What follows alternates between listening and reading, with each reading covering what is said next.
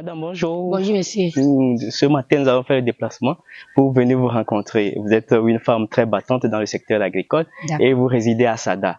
Et vous faites beaucoup de choses dans le domaine. Et aujourd'hui, la population aimerait vous connaître, les partenaires aimeraient vous connaître.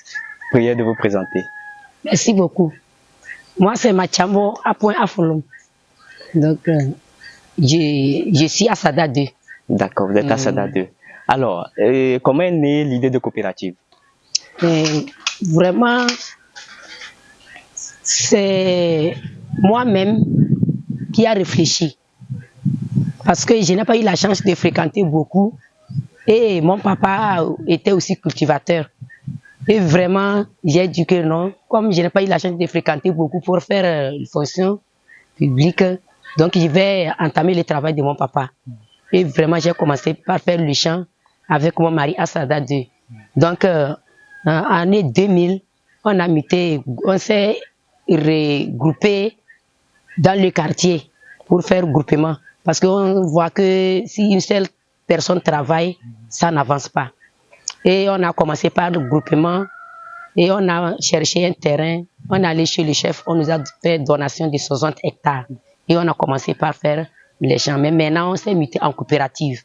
Et moi, je me suis décalé des hommes. J'ai maintenant 48 femmes à ma disposition. Et la coopérative des hommes, là où j'étais, c'est Dieu béni. Et maintenant, moi, ma coopérative, c'est Espoir. D'accord, merci beaucoup. Et alors, au total, quel est le nombre d'hectares que vous emblavez chaque année? Bon, les années 2013, j'ai fait 7 hectares moi seul. Et vraiment, j'ai vu que c'est peinant, mais ce que j'ai réalisé, ça m'a encore donné la force de persévérer. Et maintenant, moi seul, j'ai fait 15 hectares, soja, maïs et sésame.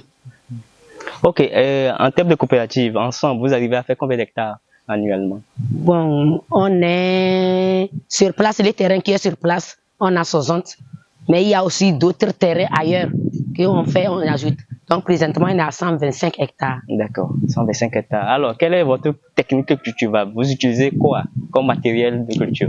Bon, avant, mon mari avait la culture atelier et on travaillait ensemble. On n'a pas eu la chance, on est venu voler ça. Et on a continué. Donc, moi, je vois que quand on avait la culture atelier, ce qu'on produisait, c'est bon. Mais quand on a volé ça, on cherche les métiers. On va, on fait les prêts. Bon, après tout, on rembourse. Mais tu peux faire le prêt, mais chercher les métiers là, tu ne gagnes pas. Donc, on est en train de souffrir comme ça. On fait, on va, on revient.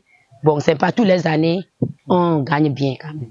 Alors, votre difficulté particulière, à part la main-d'œuvre, quelles sont les difficultés particulières que vous rencontrez dans le secteur? Et donc, nos difficultés vraiment, c'est quand tu fais un peu les champs, au retour, le lendemain, tu vois que les bœufs sont venus manger. Donc, c'est une grande difficulté pour nous. Donc, tu ne peux pas voir le peu nomade qui a fait ça. Donc, ça nous recule vers derrière. Donc, on voit que maintenant, là, tout est changé. Si on gagnait encore la culture atelier pour commencer, on va aller loin. Soit maintenant, il y a les machines. Si on gagne un tracteur, que nous, on peut travailler. Moi, j'ai l'idée que moi, je vais rouler tracteur. Hein. Je voulais en venir. Quels sont vos besoins ou vos plaidoyers que vous formulez de la part des partenaires? Ça. Donc, quand moi, j'ai fait beaucoup les champs, j'ai vendu 2 ans, j'ai vendu une année, j'ai gardé l'argent à la banque. Deuxième année, j'ai acheté tricycle. Et je fonctionne avec ça. Présentement, ça est en ville chez mon petit frère. Et si j'ai quelques besoins là, il m'amène. Mais c'est insuffisant. Avec mes 48 femmes, un seul tricycle, ça ne nous aide pas. Donc, je demande encore ça. Et je demande aussi le tracteur pour que nous, les femmes, les 48 femmes là, nous tous on soit des femmes vraiment agricultrices. C'est ce que moi je veux. Donc, et notre magasin aussi, j'ai fait ça à ma manière, c'est moi-même qui a construit ça.